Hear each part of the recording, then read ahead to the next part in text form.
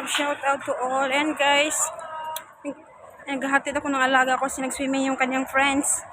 And then, ang sabi nung na hindi daw ako pwede sa loob. Dito daw ako sa labas. Kaya ang gagawin ko is maglalakad-lakad ako. Ito maganda dito guys kasi napaka fresh. Maglakad-lakad ako, hanap ako ng 7-Eleven kasi nauhaw tayo. Kaya makakalabas pa kaya ako mamaya dito. Guys, buti binuksan ako ng pintuan palabas. Kasi private nga tong marami siyang pwede ka maglaro ng tennis, mag-swimming. Tapos meron pang mga maraming pang mayaman ng lugar nito. Kaya ako'y maglalakad muna at maghahanap ako ng uhaw na uhaw ako. Wala ang amo ko dito guys, nasa London. Tumawag pa naman yung amo kong lalaki. Sabi ko, sir, nandito kami sa nag-swimming dun sa friends niya. Sabi niya, take a look daw.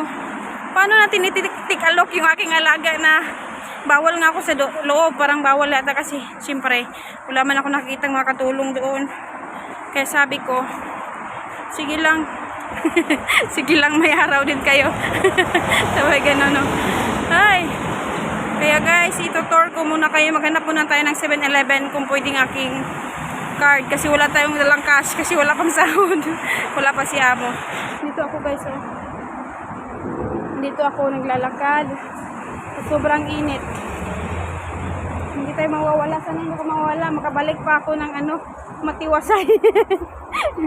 Makabalik yung matiwasay. What I mean, pupunta pa ako doon. Maghanap kasi ako ng 7-Eleven. Nagpaalam naman ako nung nanay nung kasama ng alaga ko. Sabi, nag-message lang ako kasi hindi nga pwede pumunta sa loob. Sabi ko, ma'am, bili ako ng something to drink. Some drink, sabi ko gano'n. Pero maglalakad tayo.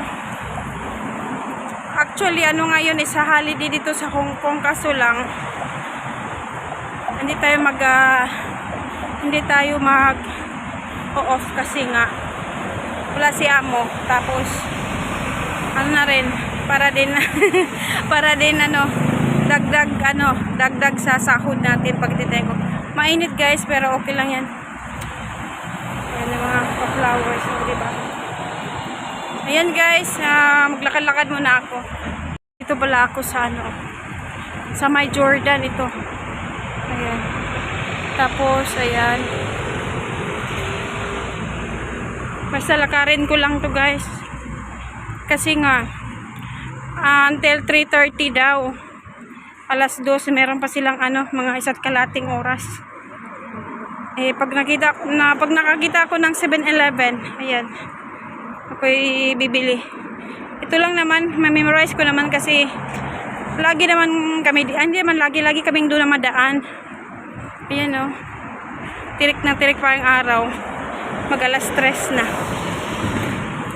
Sabi ko magbablog na lang ako, at least may pang-upload tayo, diba? Kasi wala man sa panahon nitong hindi ko nga alam. Wala naman sinasabi si amo na sa bagay, si amo ngayon na sa aeroplano.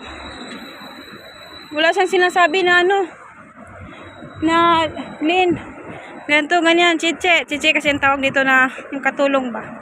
Chiche, ganito. Yung yung alaga mo, merong siya, maglalaro siya sa ganito, ganyan, may pupuntahan siya. Wala. Ang alaga ko na lang nagsabi sa akin. Ayun o. Dito ako sa Jordan guys. Sayang din naman ang panahon na hindi tayo magbablog. Hanapin ko talaga yung 7-Eleven. Kasi ang sabi, diretso ko lang. Diretsuhin ko lang, lalakarin to guys. Basta i-memorize ko lang yung baka hindi ko ma-memorize yung daanan.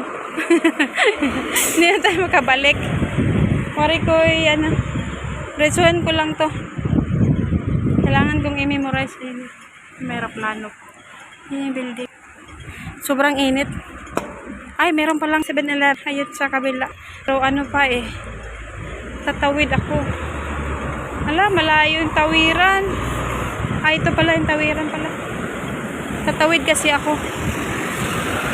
Punta ko ng 7-Eleven. Wala pa naman, mamaya pa naman yun. Problema nila yun kasi nga sabi ko sasama ako, pero ang sabi nga nung bata, nung ano, kaibigan ng alaga ko, yung sabi niya na ano, hindi na daw ako pwede sa loob. Ako naman si Raulo din, pumunta ako sa loob, sabi na, Chichi, auntie, lumabas ka. Bakit? Ano ang problema? Sabi niya, lumabas ka auntie, kasi ano daw, lalabas daw ako kasi not allowed daw. Jesus, Diyos ko Lord. Not allowed. Bakit naman tatawid sana tayo? Hindi wala pwede. Sobrang pawis na pawis ako. Pwede sanang tatawid ako dun kasi doon 7-Eleven. Kaso nga lang, ganun nga may sasakyan. Sagasaan tayo sa oras. Kala ko sasakyan ni Amo, patay tayo. Sabi ni Amo, ito bang nagbantay? Nagbantay, hindi naman to nagbantay ng katulong na to. Yan, tatawid tayo guys. Sana makaabot pa tayo din. Akbo ako. Ayan, Jordan Road. Yung simbahan na simbahan. Tumakbo ako guys. Kasi nga ano yun, kasi yun, tawag noon, mga katakot ako baka pero babalik ako doon, kailangan ko ng ano, iinumin kasi sa labas kasi ako maghintay, sobrang init. Yan, nandito na ako 7-Eleven guys, wala masyadong tao, meron din siyang Circle K. Pwede din sa 7-Eleven ba ako, Circle K. Yan, papasok muna ako. Ito yung ano, yung MTR. Yan guys, nakabili na ako nito guys. So, mag-coke tayo. Buti na lang yung ATM ko sa aking YouTube guys, nakatulong. Kasi ngayon wala pa kaming sahod. Kaya sabi ko, i-try ko nga yung ATM ng connecting sa aking YouTube channel. Diba? Kasi minsan kasi yung sahod diba? Yung sahod kasi si HK, hindi siya pwede, example, makasahod ka ng 800, may putal pa.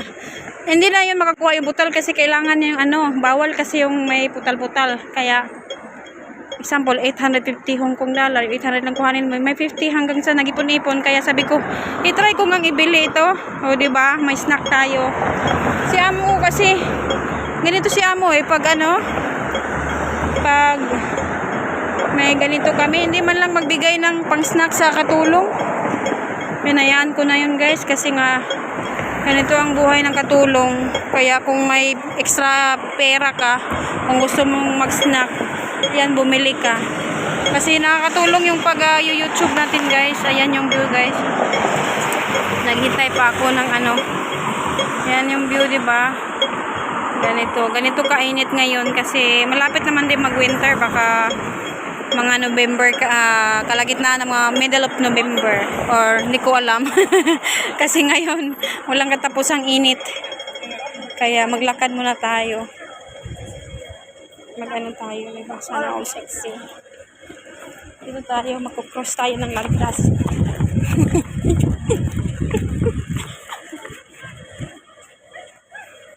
Cross tayo ng landas.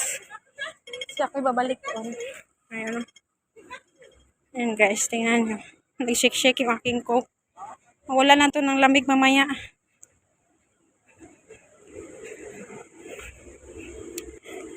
Sobrang init. Kaya nilalakad ko. Ito yung buhay namin guys sa abroad. Pero okay lang yun. At least sa mga katapusan, diba? Sa araw mong nakipaglaban sa trabaho. Kabili na ako ng snack, nagpunta ako sa 7-Eleven. Diba? Baka sabi ng mga taon, ang weird naman yung katulong na to. Nagja-jacket na sobrang init. Ayun o. Itong jacket naman ito, yung ano naman to, hindi naman to makapal. Yan yung nabili ko. Diba? Thank you so much sa ating pag-YouTube, no? Kahit pa paano nakasahod tayo. Sa panahon nagipit tayo. Sa ATM tayo kumapit. Ay. Ako'y babalik na doon guys. Ayan. Ito yung buhay natin, no, sa abroad. Pagkaakala nila masarap ang buhay sa abroad. Oh, masarap kasi nakakasahod kahit papaano. Medyo malaki-laki ng konti dyan sa Pinas. Pero, sa araw-araw na trabaho, yung iba nga hindi binibigyan ng pagkain, hindi sapat ang pagkain. Tapos yung iba, hirap pa sa pag-communicate ng amo para maghingi ng pagkain, diba? Kahit paano naman kami nakakain na maayos, pero sa sitwasyon ko, pag ay ang alaga ko tayo na, kailangan maaga pala makakain na agad ako.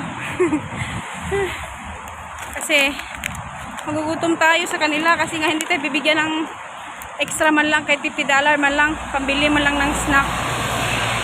Eh, no choice tayo. Pero pasalamat pa rin tayo kay Lord na meron tayong trabaho.